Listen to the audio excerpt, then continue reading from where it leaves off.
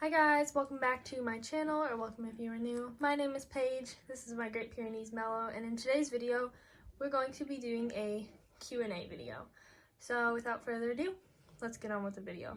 So about a week ago, I asked you guys to leave comments down below in the comment section, and you guys left some pretty good questions, so we're going to go ahead and answer them. So we're going to start off with the questions that we got off of Instagram.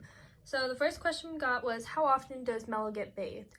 So during the winter months, Mellow rarely gets bathed because it's just so cold out. He is too big to fit in the bathtub, so we can only ever bathe him outside. So he doesn't ever get bathed in the winter except when there's a day where it's in the 70s or 60s. That's often when we bathe him.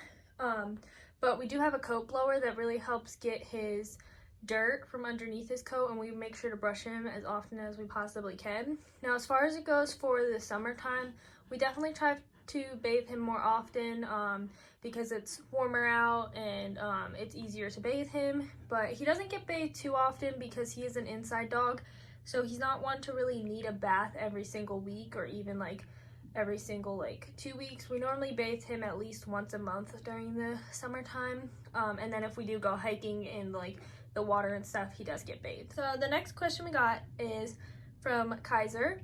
And this one says, what made you guys get this breed of dog? So the reason we got a Great Pyrenees was because a couple of years ago when we moved onto our little property, we live on a 1-acre farm. When we moved onto our little property, we did start a garden.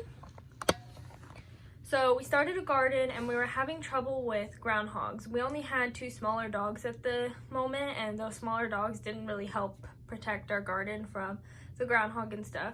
So we ended up getting a livestock guardian dog, which is Mellow. He is completely inside, but he still does deter the groundhogs away and stuff. So that's one of the main reasons we got Mellow. We also just did a lot of research on this breed and found out that they were just super great dogs for inside, for protecting. They're super good with children. They're really good with people, other pets, smaller pets, chickens. So that's mainly why we got Mellow. So Kaiser also asked, would you get this breed again? So we definitely are going to get another Great Pyrenees. However, right now in the house we live in, there's just not enough room to get another bigger dog or even another dog, and we have plenty of animals right now. But when we do move on to another property, we are going to go ahead and get more Great Pyrenees. They're by far one of our favorite breeds that we've ever had. We've owned Huskies, Hounds, dogs like that, and Great Pyrenees are just super great dogs, so we are gonna hopefully get more in the future. So the last question off of Instagram was from Nub the Great. So what is an appropriate age to spay females? I'm concerned about organ development and bone structure if I do it too soon. Thanks.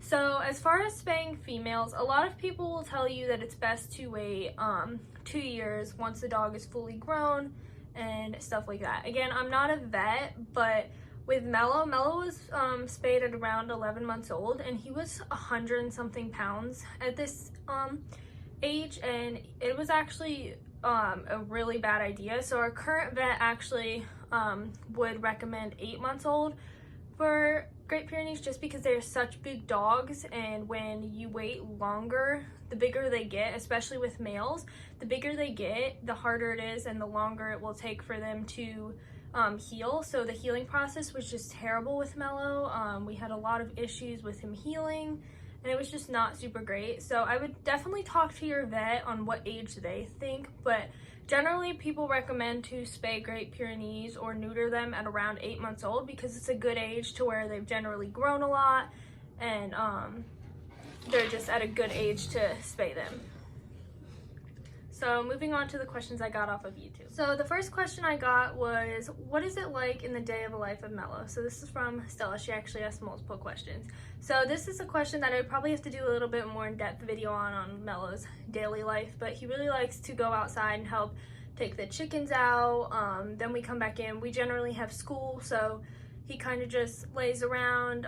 He does get his outside time, and then he obviously gets fed and stuff. Again, probably a question I should do a more in-depth video on, and I will go ahead and do a video on that. But moving on to the next question. So does Mellow get a lot of outside time, weather permitting? Mellow loves being outside.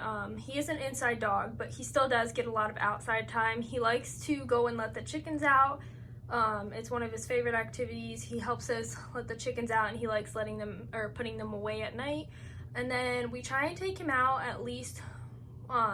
He goes out in the morning for potty breaks. He goes out throughout the day for potty breaks, and then I try to bring him outside at least. We bring him out at least once a day. Twice a day is ideal for like 45 minutes each, just to let him sit on the hill. We exercise Jovial, make sure he gets a lot of exercise, and then we will go on walks sometimes, but it definitely does depend on weather permitting. Our one dog, she doesn't really like rain. Mellow doesn't really care, but he also starts smelling like a wet dog. So we do try and take him out as much as we possibly can, especially when it's like warmer out, and in the summers he loves going outside, and we'll generally bathe him. He likes to hang out in the garden with us. So he definitely does get a lot of outside time, weather permitting. Moving on to the next question. Does Mellow belong solely to me? So Mellow's not solely my dog. He's actually the family dog. I do manage his channel. I created his channel. I generally do most of his, like, I have all of his treats and stuff. I generally buy all of his like extras and stuff, but Mellow is the family dog, so he's not solely mine. So what is Mellow's favorite food? So as far as like on the people food side, his favorite food, he loves pumpkin and peanut butter. You'll see a lot of videos of him getting peanut butter. He absolutely loves peanut butter. As far as dog food, he currently is on the Purina Pro plan. He really enjoys that food because it has a little like chicken pieces and stuff like that. So next question. Mellow Ridge Acres asked, does Mellow have any weird things that he does? So Mellow actually does a couple of weird things, and these are generally common in other Great Pyrenees too. So one weird thing he does is he will puff his cheeks when he wants something, or if he like sees something that you have. It's like something that he does when he's like begging. He likes to smack people with his paw, especially when he wants attention, and just when he needs something, he'll like smack us with his paw to let him know. And actually another weird thing that he did when he was a puppy is he used to hop like a deer almost, or like a bunny. So instead of running like a normal dog, he would keep his two back feet together, and he would actually hop as he ran. So that was just a weird thing that he would normally do. So what is Mellow's favorite activities? So Mellow loves going outside. He loves anything outdoors. He loves to go on hikes. He's not a big fan of water, but he does like going like hiking to rivers and stuff, but those are one of his main activities. And then his other favorite activities include sitting in the chicken coop. He loves sitting in the chicken coop, and he also really enjoys sitting on the hill and just like getting the wind and the breeze, and he just loves sitting down on the hill. He's not one to really go chase after a ball on the hill. He'll just sit on our hill and just watch everything. Wayne asked, what things do you do with your dogs and cats to keep their teeth clean, or their teeth looking so good? So as far as keeping their teeth clean, we do give them dental treats every now and then. We'll buy these dental treats, and then we also try and brush his teeth, and we brush all of our dogs' teeth. Mellow and Jovial's, we brush both their teeth. As far as Flash, he is currently getting the Greenies dental treats. We give him those as often as we can, just to keep any like plaque off. And then Bones, letting your dogs chew on Bones helps also keep their teeth nice and clean. And then some like chew toys and stuff that they have also helps keep their teeth clean. So that's generally what we do with keeping their teeth clean. So the next question we have is from Big Dog Travel Vlog, and they asked, what is Mellow's favorite treat, and do you have any treat recommendations for good treats that last a long time for big dogs? Scarlett is always looking for long-lasting treats. So Mellow's favorite treat is his Buddy Biscuits. He loves the Buddy Biscuits. Ever since we got them from Easter a couple of years ago, he just loves those treats, so now we just get them often, and you can actually find them on Amazon. I will make sure to link things in the description below so you can look at these treats. As far as long-lasting treats and good treat recommendations, I actually have a bunch of good treat recommendations and long-lasting treats. So the first treats I would recommend are these Zook Minis. So they come in the peanut butter and oat recipe. They are super good treats, especially for training. Next treats I would recommend are the Houndations. They actually come in different flavors. I'll give him one. These I actually got off of PetFlow, and they're actually really cute. They look like this, they're little hearts. They are a little small for big dogs, but they're also super great for training, and they last a super long time. I got like 4 packs like a couple of years ago, or like a year or 2 ago, and they still lasted. So the next treats I would recommend are these hip and joint treats. They are currently in a jar, but super great for after hiking. We then have some of these other training treats I would recommend. I'll insert a picture of the bag. I would recommend these Pet Bubonic mini training treat rewards. I would also recommend these blue bits. They're super good treats. They are chicken recipe, so these are a decent sized training treat too for bigger dogs. He loves his treats. I would then recommend any Merrick's treats. So we have these Merrick's treats and then these Merrick biscuit treats. Merrick treats are really good for dogs. And then the last treat I would recommend are these Nulos. Super good. All these are super good treats. They're either grain-free or they are really good for dogs, and they do last a long time. We're not one to really give Mellow too much treats, but they still last us a pretty good amount of time. So moving on to the next question. So what do you think of prongs on dogs? So prongs are basically prong collars, if you don't know what those are. This is it's a very controversial subject. Some people feel differently about them.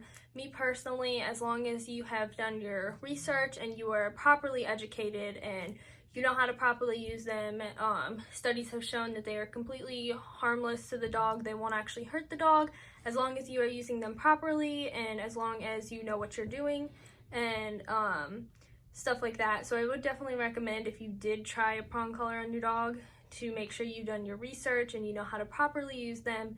And they're super good tools for like any dog that sits there and drags you down the street or isn't listening to you. Just make sure you know how to properly use it and properly fit them. So do you think you'll ever get a second Great Pyrenees? So I've already answered this question. Our goal is to get a second Great Pyrenees. We actually would like to get 2 Great Pyrenees when we do move.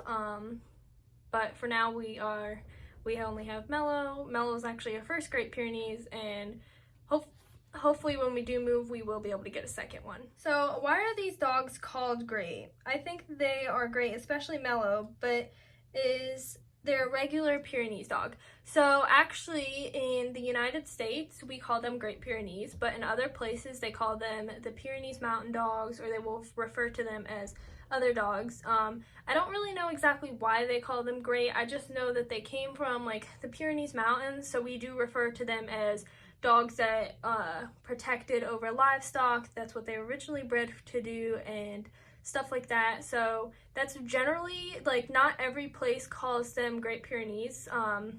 As far as like Pyrenees, only like regular Pyrenees dogs, they're all the same. They're all called Pyrenees. Some people refer to them as Pyrenees. Some places refer to them as the Pyrenees Mountain Dog. Some places will refer to them as Great Pyrenees. It kind of just depends on where you're located in the world. We had him weigh today, and he is 76.2 pounds. We noticed his weight has declined slightly the last 2 months. I was wondering if you had the same experience, and at what age did Mellow stop gaining weight? I read a male Great Pyrenees can weigh roughly 100 pounds by the time they reach 1 year of age and add up to another 40 to 60 pounds during their second year. So as far as Mellow, you're correct about the putting on 100 pounds up to a year. Mellow was, at 11 months old, he was around 100 and something pounds. I'll insert a picture of him. And we did get him weighed. I don't really recall him ever like dropping weight, but it can be common with growing dogs. Sometimes they'll drop a little bit of weight or gain a little bit of weight, depending on like exercise they're getting or food, stuff like that. It can all vary, but they absolutely do hit about 100 pounds, especially in male Great Pyrenees. They absolutely do hit about 100 pounds. Again, Mellow is about 100 pounds at 11 months old, and then he did put on another 50 pounds throughout his second year. Great Pyrenees generally keep growing until they hit like 2 years. That's generally when they stop gaining weight, and that's what happened with Mellow. But as far as like experiencing like weight drop and stuff, we didn't really like, not that I recall, we didn't experience it too much. Maybe he would drop like a pound or two and then he would gain another pound, but it's all very common, especially in growing dogs. Okay. So next question, are Great Pyrenees nocturnal? So Mellow, yes, they are nocturnal. They are nocturnal animals. They'll generally stay up during the night. As you can see, Mellow's sleeping right now. But Mellow, he generally sleeps throughout the night. I mean, he'll get up and wander around, but he's not a dog to really just like play at nighttime. He generally does all his playing and he's up during the day. So he's not super active at night, but he still is a little active at night. Would they live comfortably in an apartment? So I definitely do think they can live comfortably in an apartment. It honestly just depends on how much exercise you're giving them. They obviously need exercise, being big dogs, and they need a good size apartment, one that's not too small. And I definitely wouldn't recommend like adopting a Great Pyrenees who was who grew up outside. I would definitely recommend getting a puppy and raising them up in an apartment. That way they're comfortable with being inside and they know their inside surroundings, stuff like that. But I definitely think they could live comfortably in an apartment.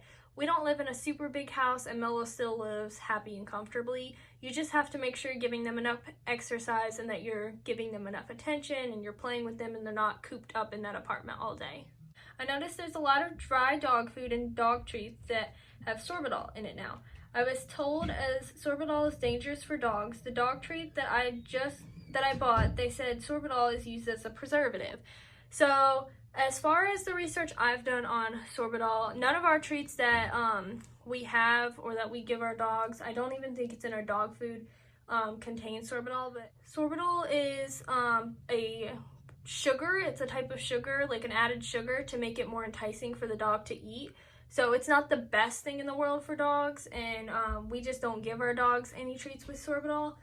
But I would definitely do more research on it. But as far as the research I've done, it is just an added sugar that they put in dog food and dog treats just to make it more enticing for the dog to want to eat. And it kind of encourages the dog to want to eat that more. But that is going to be all for this Q&A video. If you guys enjoyed this video, make sure to like, comment, and subscribe. And we will catch you guys next time. Bye!